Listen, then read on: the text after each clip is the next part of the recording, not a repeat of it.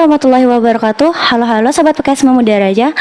Nah, perkenalkan nama saya Mutia. Di episode kali ini saya akan membawakan podcast yang bertema tentang memaknai kelahiran Nabi, yang akan ditemani oleh Kak Mudrika yang biasa dipanggil dengan Kak Rika. Halo Kak Rika. Halo Mutia. Apa kabar nih Kak Rika? Alhamdulillah baik. Gimana nih kabar Mutia sendiri? Alhamdulillah baik juga dong.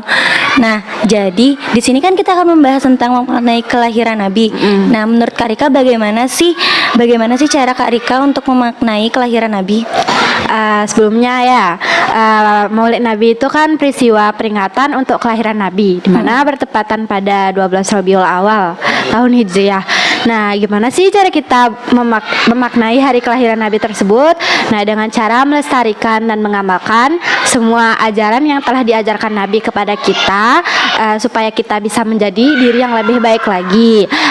Dan juga Nabi juga sudah mewariskan Al-Quran di mana kita dianjurkan untuk membacanya setiap hari setelah selesai sholat, agar kita bisa punya nih pedoman hidup yang akan menuntun kita ke jalan yang lebih benar dan baik. Nah, terus apa saja sih sifat-sifat Nabi yang harus kita teladani? Terus penerapan di kehidupan kita sehari-hari? Sifat Nabi yang wajib kita ketahui kan ada 4 ya. Yang pertama ada sidik, yang artinya jujur. Yang kedua ada amanah, yang artinya dapat dipercaya.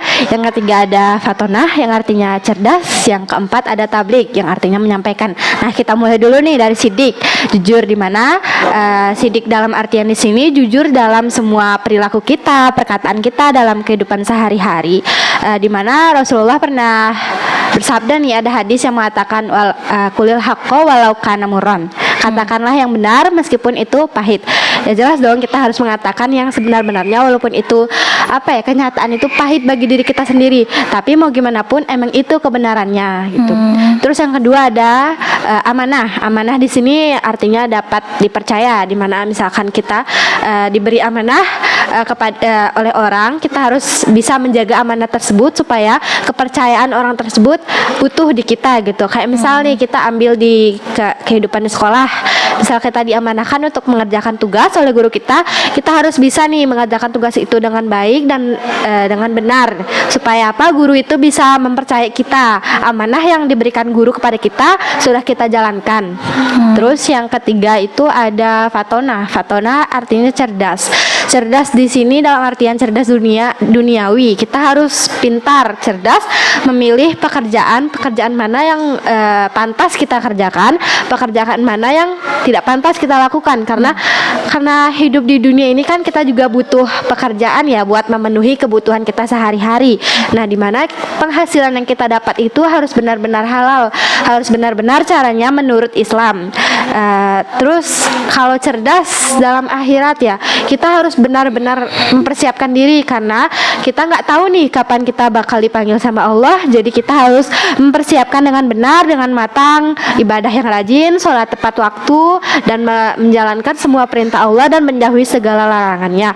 Karena orang yang cerdas itu, orang yang mulia itu yang kembali kepada Allah dengan keadaan yang mulia, keadaan yang benar.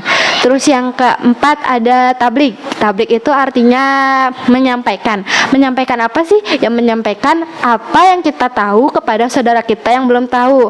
Kayak misalkan kita menyampaikan suatu ilmu yang kita dapat, terus itu ada saudara atau teman kita yang bertanya, kita wajib tuh menyampaikan, kita wajib memberi jawaban kepada keluarga kita agar dia bisa tahu apa yang dia tanyakan kepada kita. Seperti itu.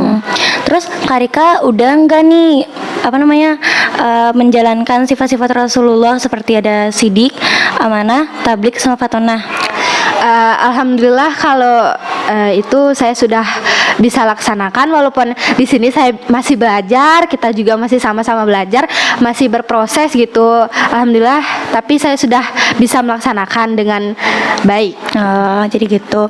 Nah, bagaimana sih cara memperoleh syafaat Rasulullah di hari kiamat? Cara memperoleh syafaat ya yang pertama, yang paling dasar nih ada sabar dan bertakwa. Sabar dalam hal apa?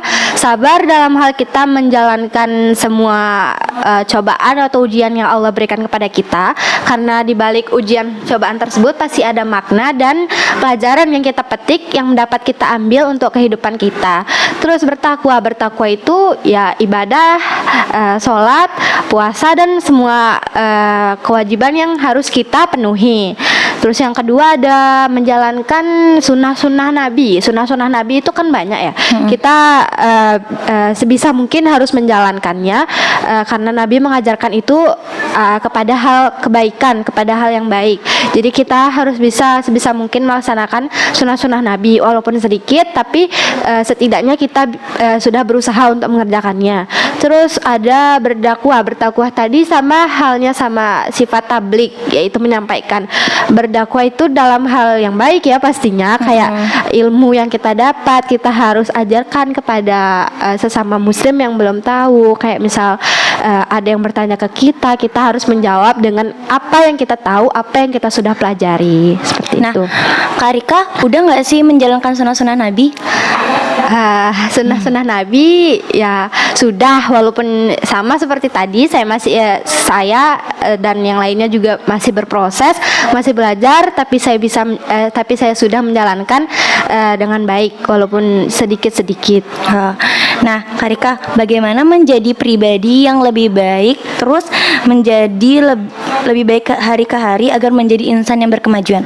Menjadi pribadi yang lebih baik itu dasarnya kita harus sering-sering introspeksi diri ya. Kita harus introspeksi diri. Kalau misalkan hal yang kita lakuin hari ini, hal yang kita lakuin sekarang harus lebih baik ke depannya, harus lebih mantap buat hari berikutnya. Biar apa? Biar hari berikutnya dan hari-hari selanjutnya kita bisa belajar gimana sih jadi pribadi yang lebih baik itu, seperti itu.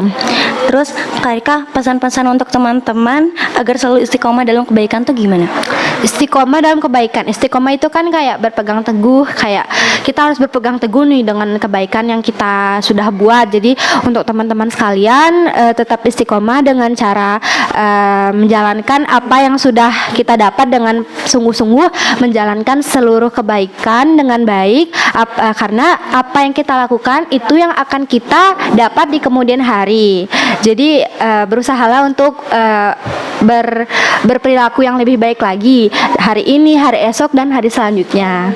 Nah, jadi teman-teman yang dapat saya simpulkan tentang memaknai kelahiran Nabi ini, nah di sini tuh kita tuh harus sering-sering introspeksi diri, terus kita harus istiqomah, dan kita harus tetap bertakwa kepada Allah, terus kita harus sholat tepat waktu, bersabar. Nah, jadi segitu saja yang dapat saya sampaikan. Kalau misalkan ada salah kata atau apa, mohon dimaafkan. Saya tutup dengan nun wal qalami wa ma yasurun. Wassalamualaikum warahmatullahi wabarakatuh.